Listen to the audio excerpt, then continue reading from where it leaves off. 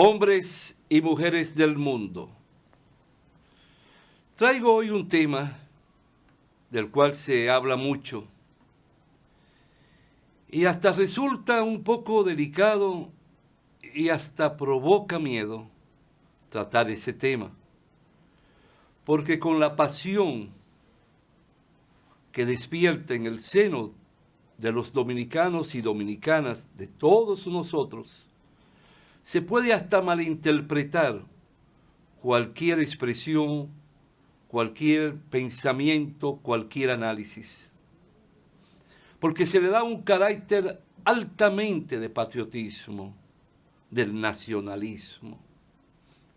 Pero es un tema que a mí me preocupa y me crea y provoca hasta tristeza en ver cómo muchos políticos muchas veces lo toman como piedra angular o fundamental con el interés de llegar al corazón y al seno del pueblo.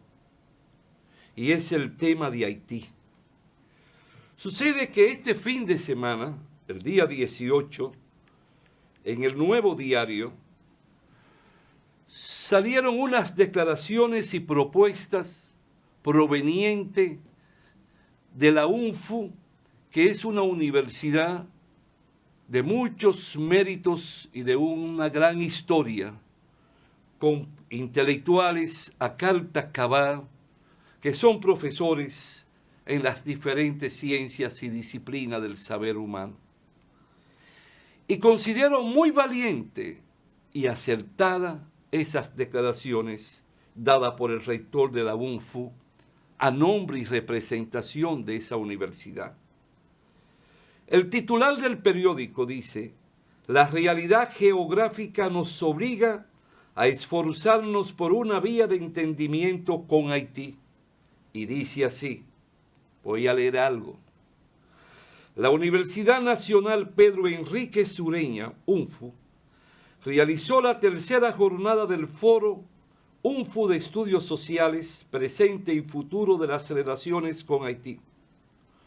Los desafíos de una buena vecindad, en esta ocasión, efectuado en la zona fronteriza del país, en el municipio de Restauración, provincia de Dajabón. La actividad es la continuidad de los seminarios realizados en tales fechas. El rector de la UNFU, Miguel Fiallo Calderón, expresó que la actividad significa un esfuerzo más por promover una discusión amplia y productiva. Somos dos pueblos con historia, idioma, costumbres diferentes, que pocas cosas tenemos en común, pero la realidad geográfica nos obliga a esforzarnos por encontrar vías de entendimiento basadas en el absoluto respeto a sus diferencias, lo que al final deberá ensanchar las sendas de una tan necesaria convivencia pacífica.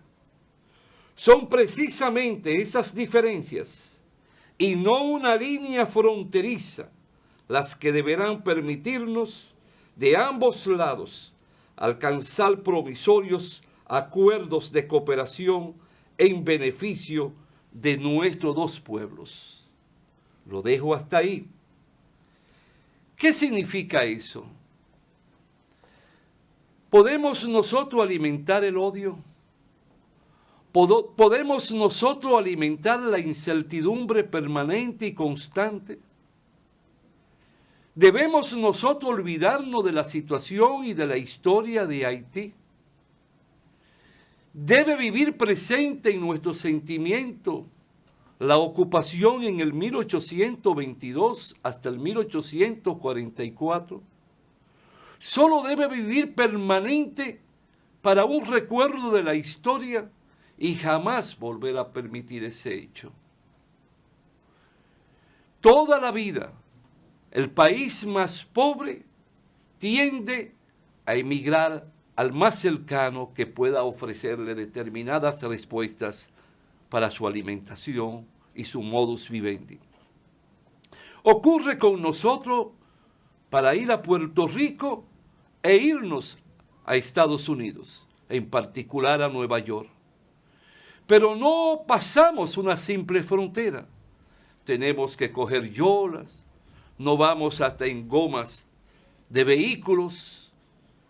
Buscamos cómo llegar a la frontera de los Estados Unidos. O ahora, llegar a México y a través de la frontera mexicana con Estados Unidos, pasar a ese territorio.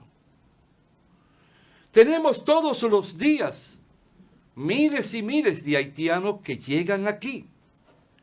Pero eso no tenemos que buscarlo más que en una respuesta. ¿Cuál es la respuesta? Que nosotros no hemos pensado en la Constitución y en las leyes adjetivas que existen en la República Dominicana. Para ir desarrollando ese tema, te voy a ir poniendo ejemplo de otras naciones en el mundo. Si aquí nosotros aplicáramos, por ejemplo, lo que hacen los españoles cuando buscan un material humano dominicano, la suerte fuera otra. Lo primero es que a nuestro país no puede entrar nadie de forma ilegal. Desde el momento en que se detecta que hay un ilegal, tanto la Constitución como leyes adjetivas mandan que usted tiene que buscar cómo deportar, regresar a ese ciudadano dentro del marco de los derechos humanos a su país de origen.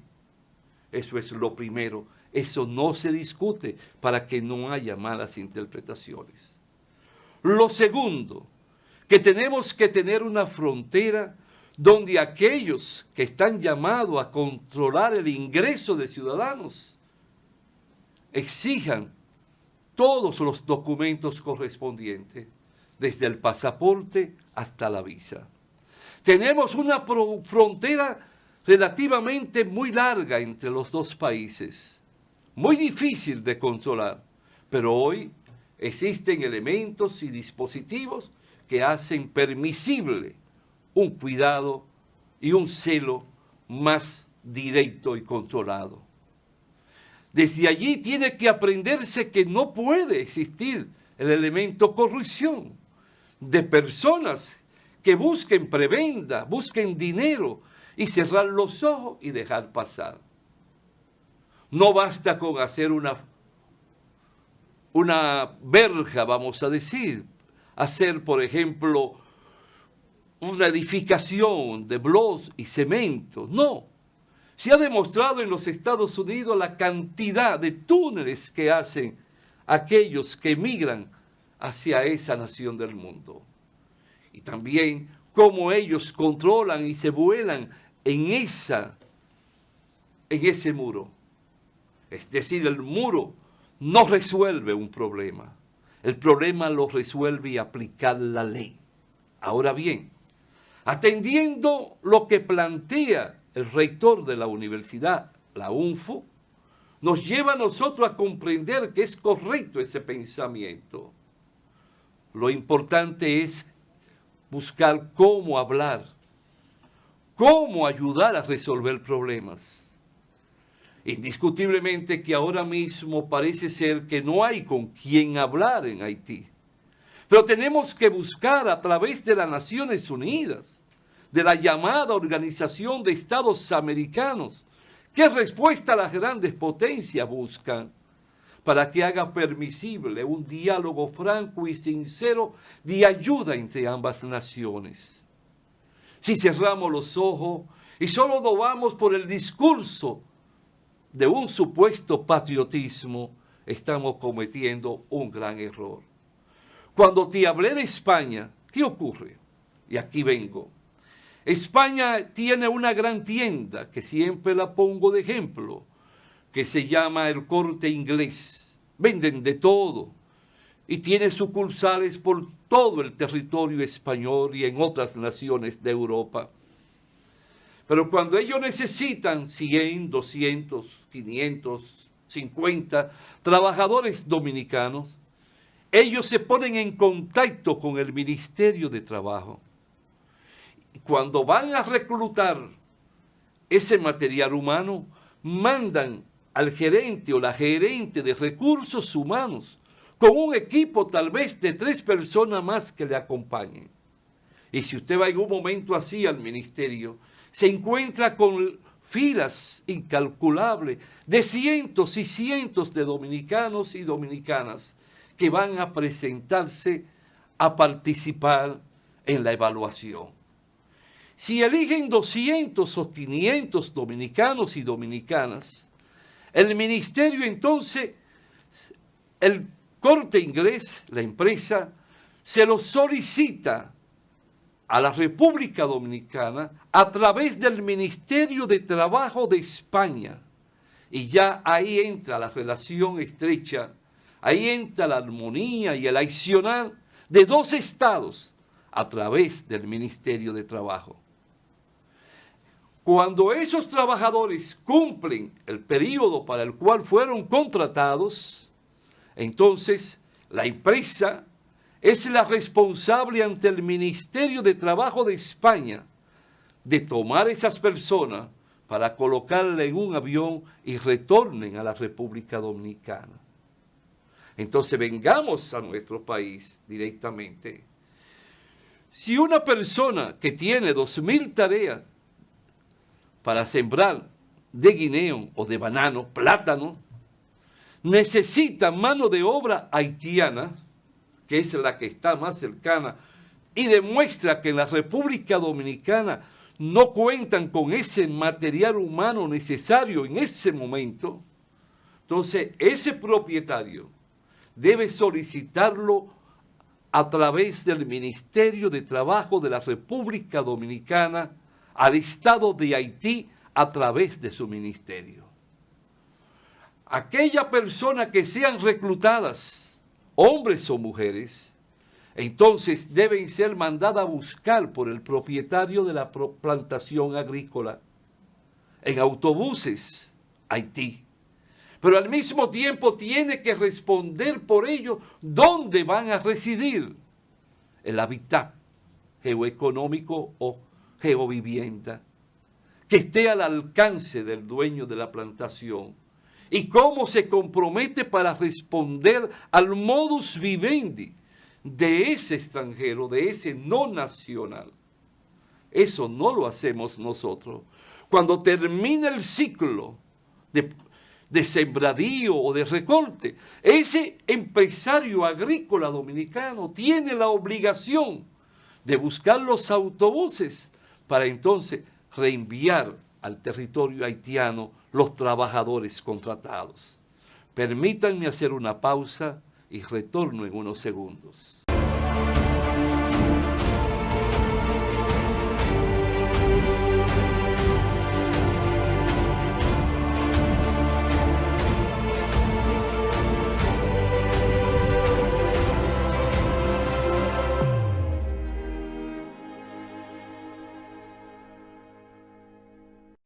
Fíjate que no te estoy hablando de entregar la soberanía.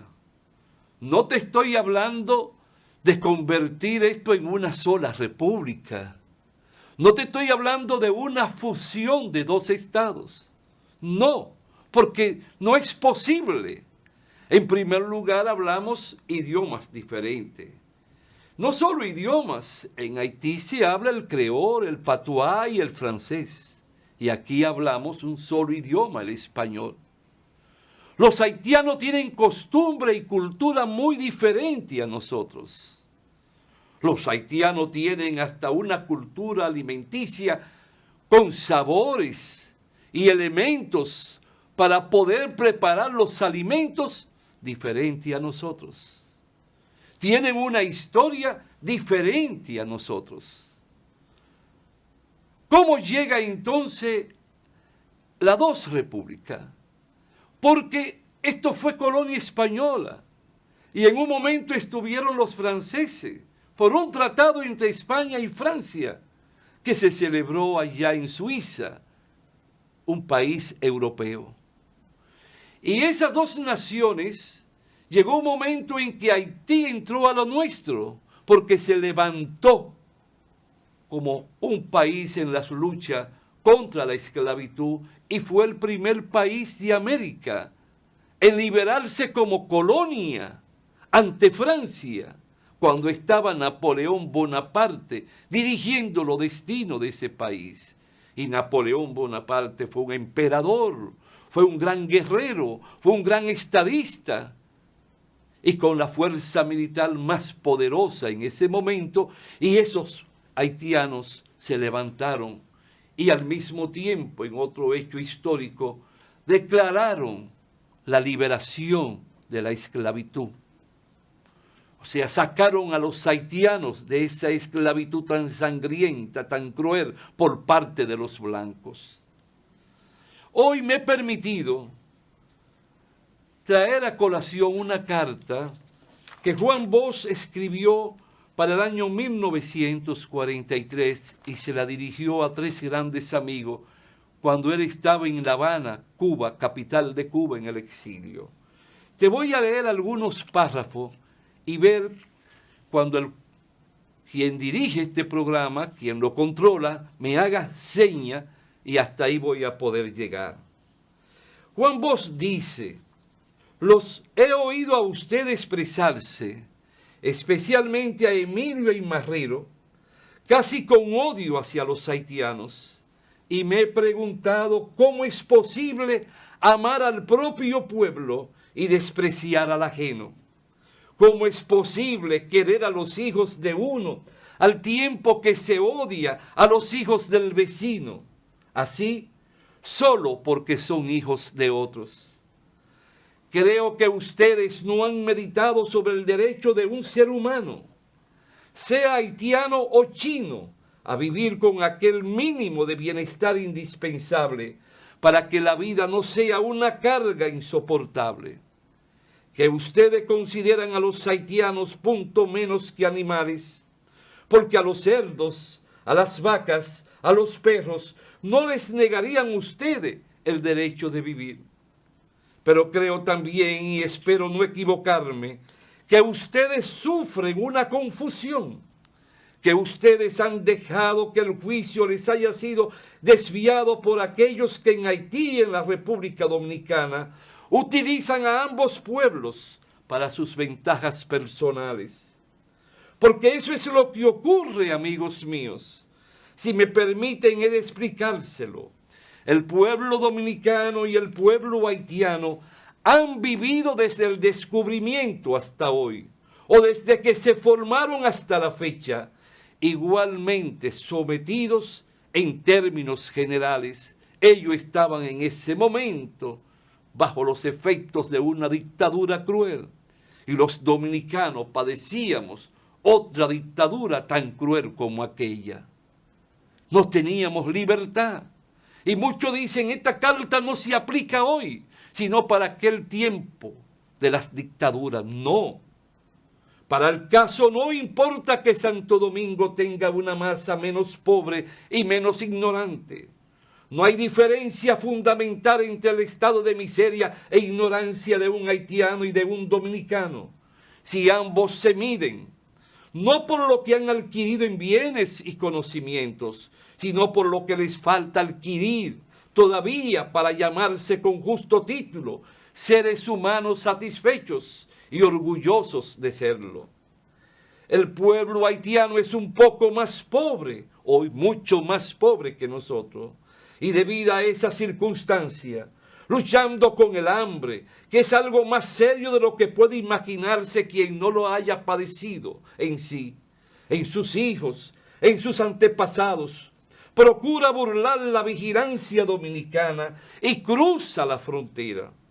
Si el caso fuera al revés, dice don Juan, sería el dominicano el que emigraría ilegalmente a Haití, como lo hacemos hacia los Estados Unidos. Nos vamos a España, a Grecia, a Italia y a otras latitudes del mundo. El haitiano es, pues, más digno de compasión que el dominicano. En orden de su miseria merece más que luchemos por él, que tratemos de sacarlo de su condición de bestia. Eso no quiere decir que lo vamos a traer para acá, no quiere decir que nos vamos a unir, sino que tenemos que conversar para buscar reglas de juego claras y precisas que se respeten. Y nosotros, garantizar nuestra frontera y garantizar el libre ejercicio del dominicano que no sea perturbado por nada ilegal. Ninguno de ustedes, dice él, a esos a quienes le escribió esta carta, sería capaz de pegar con el pie a quien llegara a sus puertas en busca de abrigo o de pan. Y si no lo hacen como hombres, no pueden hacerlo como ciudadanos. Don Juan no se está refiriendo a haitianos o cualquier otro extranjero que entre de forma ilegal a nuestro país. Está diciendo debemos de ayudar a buscar respuesta. Porque en la medida que hay estabilidad en Haití, en la medida en que se comportan como ciudadanos libres y con dignidad y orgullo, también es beneficioso para los dominicanos, le permite a los industriales, le permite a los agricultores venderles sus productos y su materia prima. Entonces el comercio de exportación aumenta más. Permite que muchos dominicanos puedan ir a trabajar como asesores, como técnicos, como auxiliares de empresas nacionales que hasta hace un tiempo habían muchas empresas que operaban allá. Ahora bien, dice don Juan, así como el estado de ambos pueblos se relaciona, porque los dos padecen, así también se relacionan aquellos que en Santo Domingo, igual que en Haití, explotan al pueblo, acumulan millones. ¿Qué quiere decir don Juan? Que tanto la historia haitiana como la historia dominicana ha sido pasible, víctima de los intereses de la oligarquía, de los terratenientes, de los poderosos de nuestros dos países, y han escrito la historia a su mejor parecer, y no han pensado en sus pueblos. Pero nosotros como Estado, como nación, como seres humanos, tenemos que tener el corazón abierto ante todo hombre o mujer, sin importar dónde viva y su corazón también sufra. Entra la solidaridad, entra la lealtad. Nos llamamos cristianos, pero actuamos diferente y distanciado a las prédicas del Jesús de Nazaret, de aquel que hablaba de amar al prójimo, de aquel que hablaba de entregar parte del pan a otro, del pan que te sobra, no el que te haga falta ni tú necesites. De eso te voy a hablar, por cierto, a partir del último sábado de este mes. Y también el sábado santo voy a tomar 2 alocuciones para compartir contigo qué yo creo, qué yo veo en el Jesús de la historia, del Jesús hombre. Pero así como en los hombres del pueblo en ambos países, hay un interés común, el de lograr sus libertades para tener acceso al bienestar que todo hijo de mujer merece y necesita. En las clases dominantes de Haití y Santo Domingo hay choque de intereses, porque ambas quieren para sí la mayor riqueza. Hoy Haití no está gobernada por la oligarquía, ni los terratenientes, ni los militares. Es verdad, está gobernada por bandas. Esa misma banda con diferentes rostros y esquemas que se daban en El Salvador. Y el presidente Bukele ha luchado y ha actuado y ha accionado para erradicar esas bandas, porque las bandas no pueden guiar, ni dominar, ni sustituir el Estado de una nación. Es decir, esos grupos de poder económico buscan dominar, buscan hipnotizar, buscan alejar a las fuerzas vivientes de ambas naciones de la parte objetiva y medular para que surja lo que se llama un accionar de armonía, un accionar de respuestas mancomunadas en lo económico, en lo social, en la tecnología, en la ciencia, en el saber humano en sentido general. No podemos pensar ni actuar con odio. Tenemos que pensar y actuar con la sangre fría y saber que somos parte de 2 estados que siempre seremos independientes y estaremos ellos allá y nosotros aquí. Pero tenemos que alimentar ideas que nos permiten ese diálogo y respuesta que el rector de la UNFU, de esa universidad de historia en nuestro país, le propone al Estado, le propone al gobierno y le sugiere a toda la sociedad dominicana. Nuestro deber, dice don Juan, como dominicanos que formamos parte de la humanidad, es defender al pueblo haitiano de sus explotadores, con igual ardor que al pueblo dominicano de los suyos. Los que explotan allá son los mismos en situación y posición económica y social que nos explotan a los trabajadores, a los campesinos, a los jornaleros de nuestro pueblo. Es decir, cuando de aquel y de este lado de la frontera los hombres tengan casa, libros, medicinas, ropa, alimentos en abundancia, cuando seamos todos, haitianos y dominicanos por su parte, ricos y cultos y sanos, no habrá pugnas entre los hijos de Duarte y de Toussaint. Quiero terminar diciéndote, en honor a la verdad, que los haitianos nunca amaron mucho a Juan Bosch. ¿Por qué?